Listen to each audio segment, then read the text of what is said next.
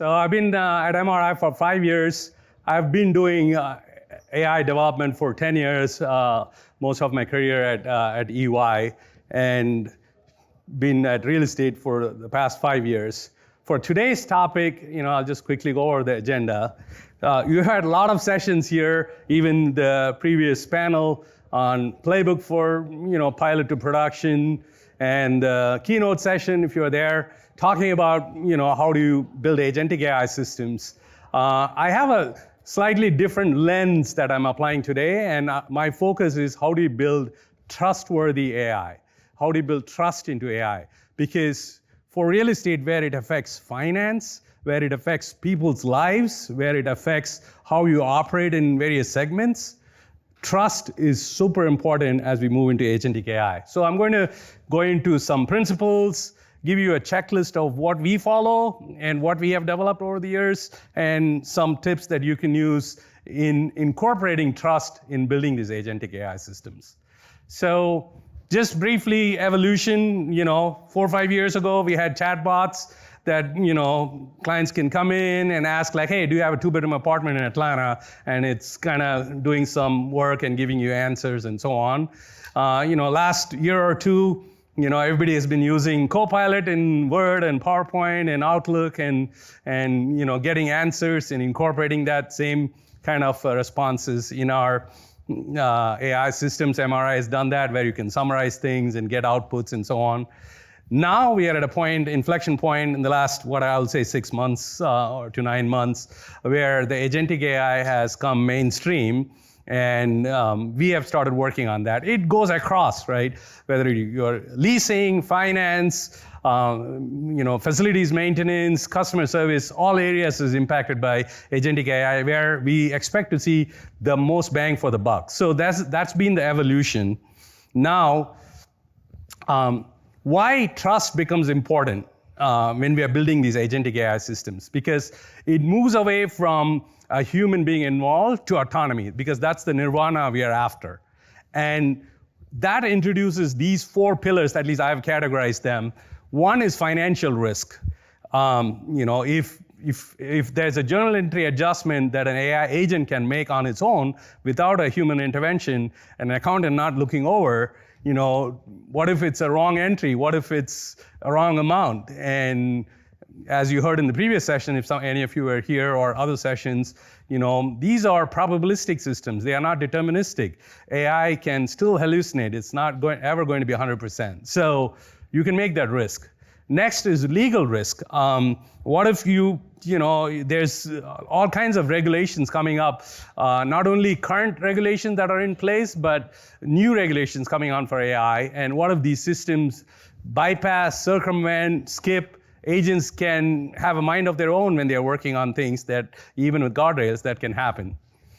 Human risk, when there are bias in models, the propensity to get sued, or, legal liability, or even actually physical harm that can come if, a facilities maintenance system, suddenly spikes up the temperature in a nursing home facility to 120 degrees.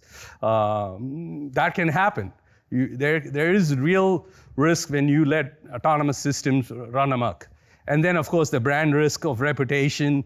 You don't want to end up on the pages of Wall Street Journal or New York Times with like, hey, this thing happened to this REIT because of this action. Their agents run amok. So we want to avoid that. So I guess you get that. The foundation for all of that is going to be what we are calling as a responsible AI framework. We have this at MRI for the past 3+ years. We established it, and trust is the foundation, and how we are building that trust is with these 5 pillars. First one is accountability. Whether it is a vendor, whether it is my product manager or owner, or whether it is somebody else building that system for you, you need to have somebody held accountable for that. Next is fairness and inclusion. If you're using any kind of AI model, does it have enough of a data set and there's not a bias? There's a lot of, I would say, facial recognition systems that have been banned because of bias in models and so on, not enough training data. So whatever system you're picking, whether it's a financial model or a large language model that's customized for you, you need to make sure that there is fairness and inclusion in that. The next is transparency. I think LD in the previous session really called that out. Like, you need to be able to trace if a decision has been made by an LLM, like, where did that decision come from? If an approval for an apartment was denied, can you trace back who said that? Where did that data source come from? How did the LLM reason?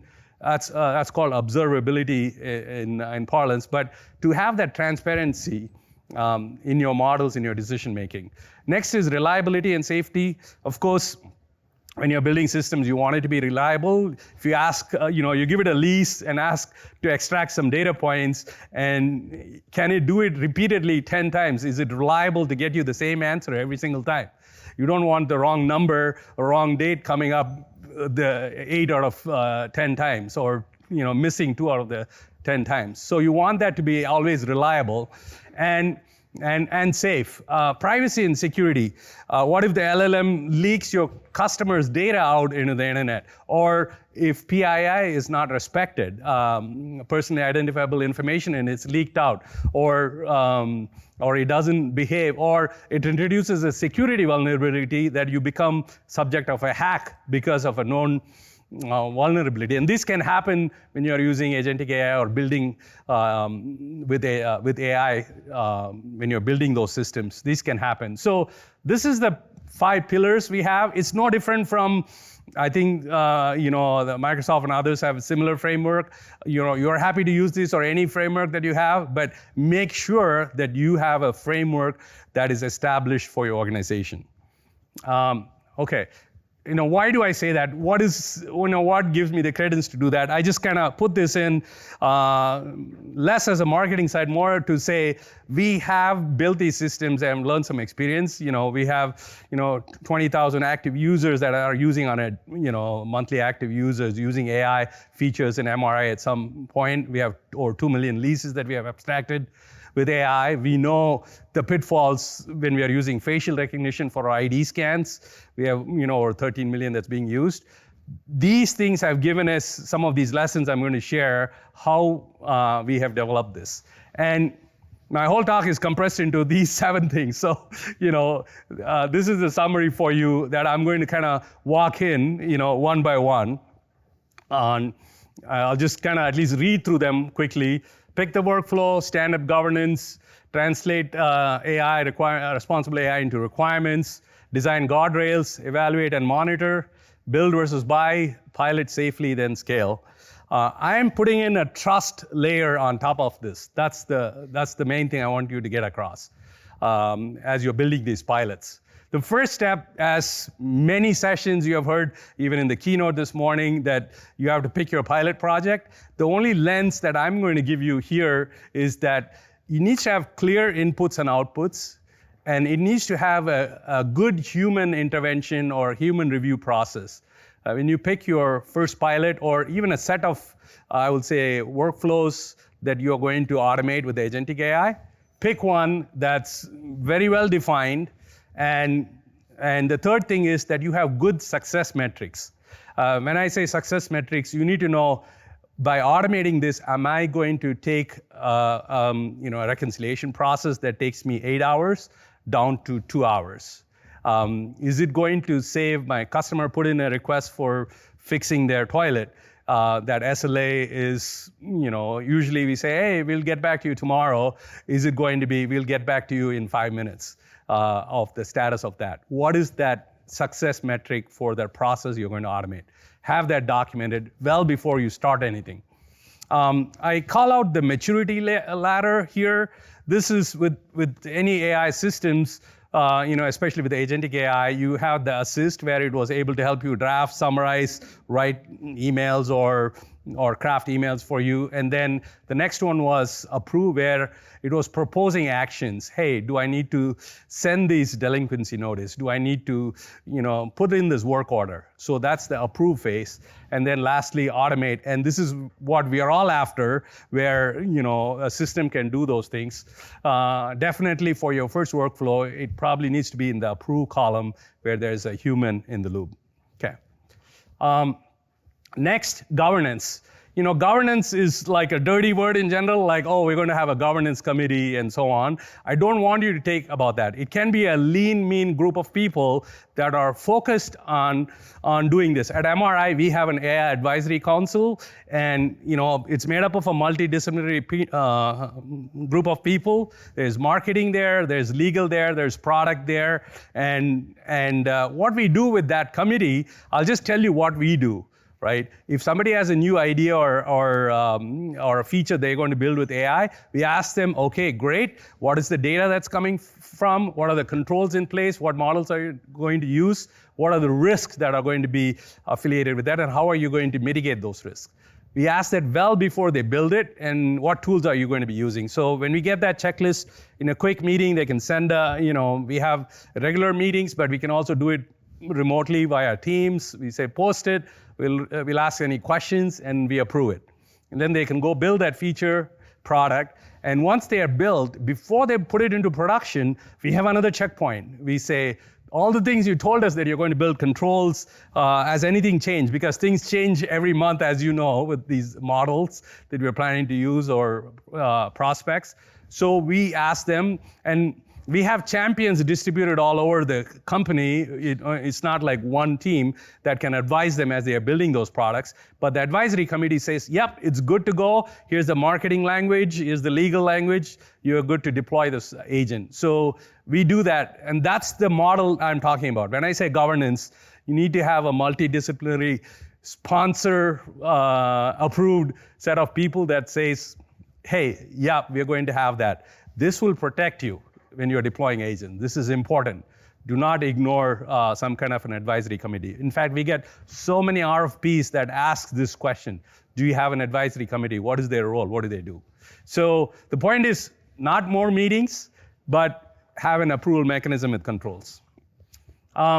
This is I showed you the responsible AI framework. It's one thing to have it in paper. It's another thing to make it as requirements for your agentic AI systems. So do make sure those principles is not a document that you frame on the wall and leave it, but you translate that into requirements. I won't read through all of these. I'll show you how you can build these guardrails in the next step, but do make sure those principles become requirements. So here's one way that you can build guardrails using those requirements. So I at least called out 3 things here. One is identity and permissions. A lot of it falls within the IT group that's building these. So if an agent is acting on my behalf, if I'm like a property manager and I can do certain things, there are certain things I cannot do, like approve a budget. And when I invoke an agent, does it know who I am and does it follow my same credentials? Or do I build agents that has full permissions and can do anything? When you're building POC, most people will build full access. It'll have full access to you're building a pilot, that's what you do. You give it full access and it says, hey, it works great. And then you try to go and put it into production and you say, wait a minute here, this person cannot do that action. So you need to have this design up front. So that's the identity and permissions. That's super important, what permissions the agents can run on. And it knows its data boundaries. The next is tool actions. So it's one thing when you are able to, an agent can go get I'll go back to the delinquency report, like it can create the report for me automatically. It's another thing when it is able to, send an email to that client saying, they can do this, or make a journal entry adjustment. When it's able to write to my system of record, then I need to be very careful that I have human in the loop. So you need that human approval. Lastly, audit trail. This one is when you're doing monitoring and alerts, when you're building these agents, one of the things you want to do is to trace back what they can do in the system. And for this, Agentic AI is super useful when you're building it, that you use a platform. For us, we have been using Microsoft Foundry as our foundation, which provides a lot of guardrails that we can build on top of. But doing something, this is more of an IT focus that gives you these capabilities, is a good place to design those guardrails for that responsible AI framework. So build versus buy. So for most people, you're able to, you have proprietary workflow, so you want to build your own, or you partner. Many times it's going to be a hybrid approach. A quick questions I have for your vendor is like, do they have a responsible AI policy? Do they have controls in place? Next, do they test their models or their solutions for bias, hallucinations? Is it repeatable? And can they prove that to you? And what are the evaluation protocols? Can I have prompt injection that can happen? Can my data be exposed?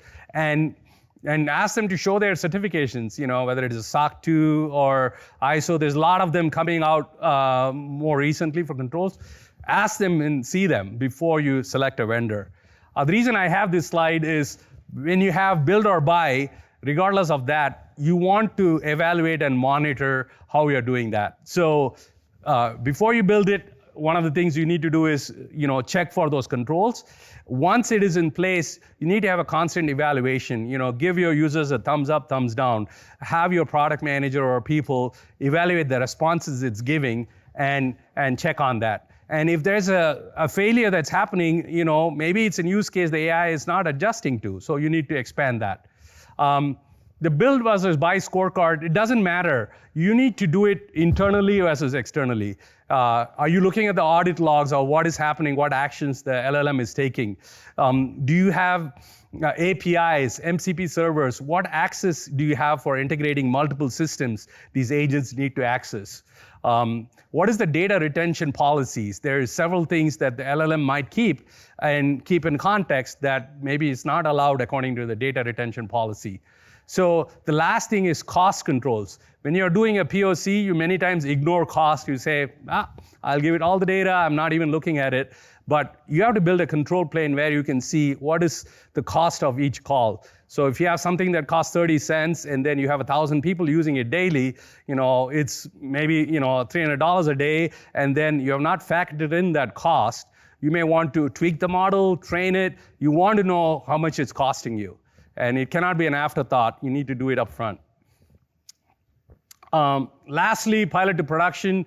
I already kind of went through the early steps, but one thing is when you build a POC, make sure you do the pilots here and then start with the measurable workflow. Once you have that ready with the governance loop, then you can scale it, right? You can go to the next 4 use cases and it's templatized for you. You can scale it, you can build it because the trust is already built in. Don't layer in trust afterwards. For your Monday morning plan, if you have not already started building with Agentic AI, audit what you have, internal processes, controls, build your backlog of agents or processes you want to automate, assemble your advisory committee, AI advisory committee or governance committee, draft your AI principles, have that enshrined in your constitution, and then start with a pilot.